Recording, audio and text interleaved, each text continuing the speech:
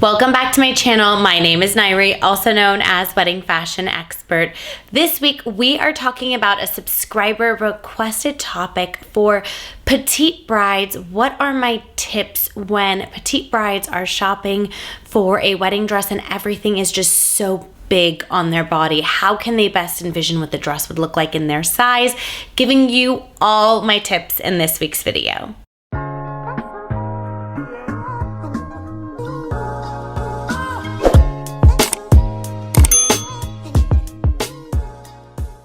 Before we dive into this week's topic, please be sure to subscribe to my channel, give this video a thumbs up, drop me a comment below, let me know if there's a particular video topic, question you may have, a video topic that you'd like me to create for you.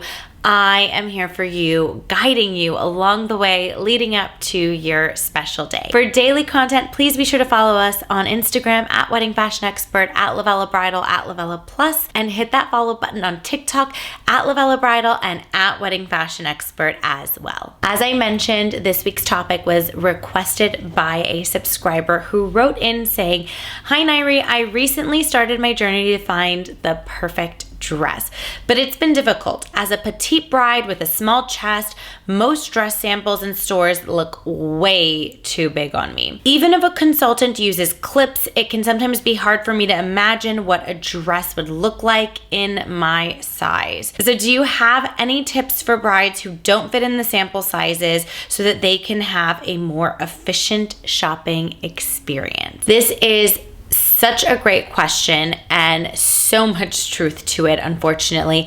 As a petite bride, oftentimes these dresses are completely out of scale. Everything is just really, really huge, very, very long, and it's hard to get a feel of what these dresses would look like on a petite body. That being said, the first thing I will like to say and reassure you with is if you love a dress that is not to scale on your body, you are going to love it that much more when it arrives in your size. It's still a difficult situation to be in because you truly are trying on dresses that look so different than how it will look once it is fitted and down to your proportions and your sizing. Something that you can do as you are narrowing down your search and trying on dresses, if you have a friend who has a similar body type, for example, if you are a triangle shaped body, you find someone who is a larger size but the same shape, or if you're hourglass and there's someone you know who's an hourglass or a pear, whatever the shape of your body is, we're looking for someone who would just be similar in shape but different sizing that could try the dresses on for you alongside you at your appointment.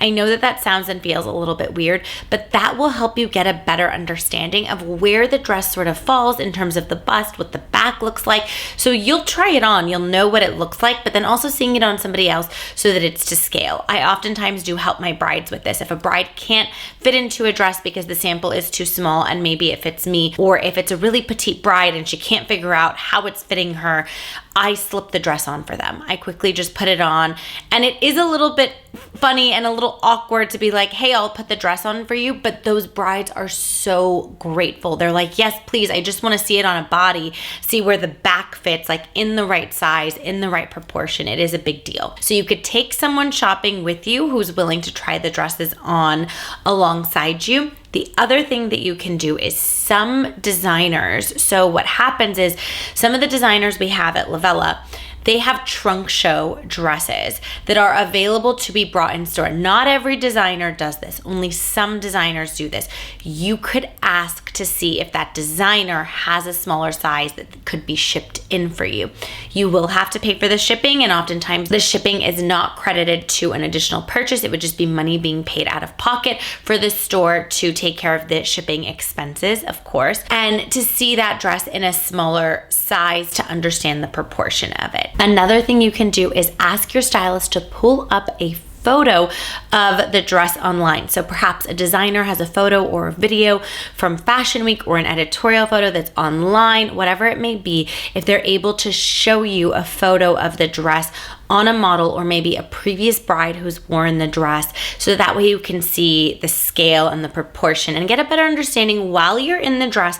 Also looking at a photo, a video, that's very helpful as well if there isn't someone in the sample size dress to be able to put it on their body for you to see in that moment of your appointment. The other thing that I really want you to consider when you are dress shopping as a petite bride, I want you to ask your stylist to please show you what the dress looks like with the hem being done. The reason why I say this, these dresses are going to be very, very long on you, and oftentimes when you stand on the pedestal and the dress is completely sprawled out, it gives the dress this shape that you will not have once it is hemmed.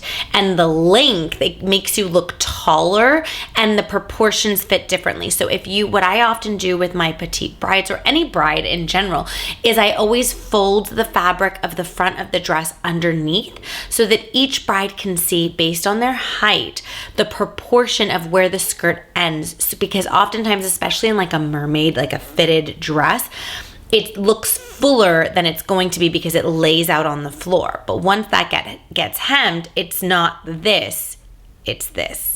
Right, so there's a difference between it being sprawled out and it laying more against your body.